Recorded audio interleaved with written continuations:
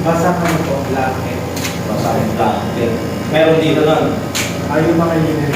Linen. Sa iyo yung linen tapos na po. Pwede naman. Kailangan mga kalun na. Next. Ikaw ba? Okay. Pag sa kantin nagsimula yung suno. Video ba yun? Pag-extinguish ng fire. So ngayon, anong gagawin na pag nagkaroon ng sunog? Sir, yan yung si Mama. Di pa nagkaroon. Hindi, sumagot ko sa akin ito eh. Si Isa naman. Nakakagayon ka. O, JT kayo na ano pala? Saan? Ano school nyo? Sa method of extinguishment na yan, ayos model. Tinatanggal o nire-replace mo kasi hindi mo naman totally matatanggal yung oxygen eh, di ba? Next, heat. Ano kabaligtaran ng heat? Kaya usually yung ginagawa ng mga firefighter, cooling. Kasi alam ng fire truck ay action na tinanggal, iigilid lang natin yung chemical. Siyempre, gumagamit din tayo ng chemical. Okay po? Okay, naiintindihan? Hindi. Natatakot ka kasi possible baka makuryente ka. So para hindi ka makuryente, ano mo mong gagawin? Ito yung mga equipment na may dumadali ng kuryente. For example, electric fan. Eh, paano mo yung saksakan mo yung Pinahirapan ako. Di ba meron tayong mga main breaker? Pwede, pag ang water is dire-diretso, water is good conductor of electricity, pwede ka talagang makuryente.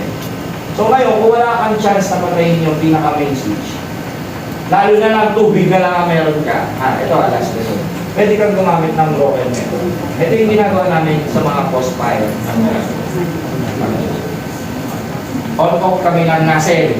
Eh paano nyo i-apply ngayon yan? Eh wala naman kayo nasel sa bahay eh, di ba? Timba, tsaka tapo. Eh putol yun kasi hindi mo lang putol. Isa naman lumaki, di ba? Pero pwede ka rin gumamit nito. Kaso nga lang, at ano, meron bang construction na dun sa ano nyo? Malapit sa bahay nyo, wala naman. Anong gawin? Eh uso construction ngayon. Kasi malapit na ano? Wala akong sinabi Okay. So, okay, matakot na. Pwede natin tumigang basta make sure nyo lang na hindi may putol.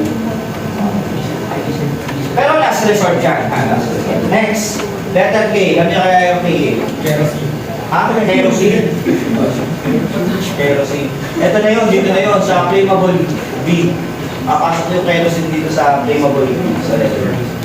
Yung K ay oriente. Ito yun. Ano? Kitchen. Kitchen fire. Ano ba nasusunog sa kitchen? Yung mismo yung mantika. Yung sila. Ano sabi nyo sila eh? Question. Wala pa kayong question. Sige, dagdagan natin.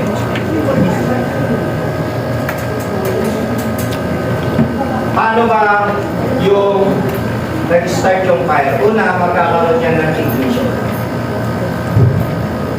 Then, lalaki yung fire. Then next, magiging fully developed. And number 4, delay. Yung fire extinguisher natin, nandito lang. Baka fully developed na yung isang nasusunod, hindi na kaya ng extinguisher. Okay? Sige. Paano nag-transfer yung heat? Meron tayong 4 na klase. Number 1, direct contact. Pag sinabing direct contact, yung apoy, lumila mismo dun sa isang bagay. Di ba masusunod din yung bagay na nila? Next, conduction. Pag sinabi natin conduction, for example, magkakatabing bahay, di ba may teka, naintindihan niyo ba yung sa fire? Paano siya nabubuo? O, naintindihan niyo, sige, tingnan natin kung yung ano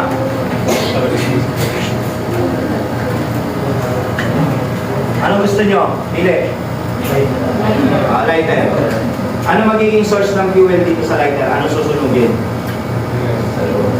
Yung ano? Ano susunugin sa lighter? Ano magiging fuel natin? Yung gas o yung tinatawag natin lighter fluid. Okay? Ako conversion ko lang. Next. Ano magiging... Yung oxygen nandiyan na, di ba? Given na. Ano magiging source ng ignition dito? Paano magiging? Yung nasa loob dito, di ba? Pag wala na naman yung lighter, tinatanggal natin minsan to, tapos kinukuryente natin doon sa sigon ng tas. Hindi nyo ba ginawa yun? Hindi nyo, sino gumawa nun? Wala na sa age. Mga millennial na lang, puro cellphone kasi kasupan nyo. Wala na, hindi nyo na-enjoy yung childhood. Small fire na. Pag buong bahay na, huwag nyo na gamitin ito, sayang lang naman. Alamin natin yung parts, bago natin alamin kung paano gamitin. Yung cylinder, ito yun, yung pinaka-red. Lahat ng cylindrical shape, high pressure, kaya meron siyang pressure gauge. Okay? Next, handle. Dito siya hinahawakan na.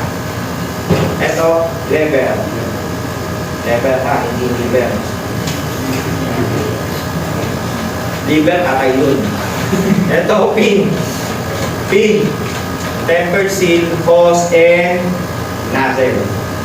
Kailangan ko ba ulitin? Parang nahirapan ko ulitin na gano'n. So, kayo mo na yung paano kaya? Okay na. Ayun ba passion yan? Korean din. Okay. Ulit. Ano to? Nozzle. Hose. Ito yung pressure gauge,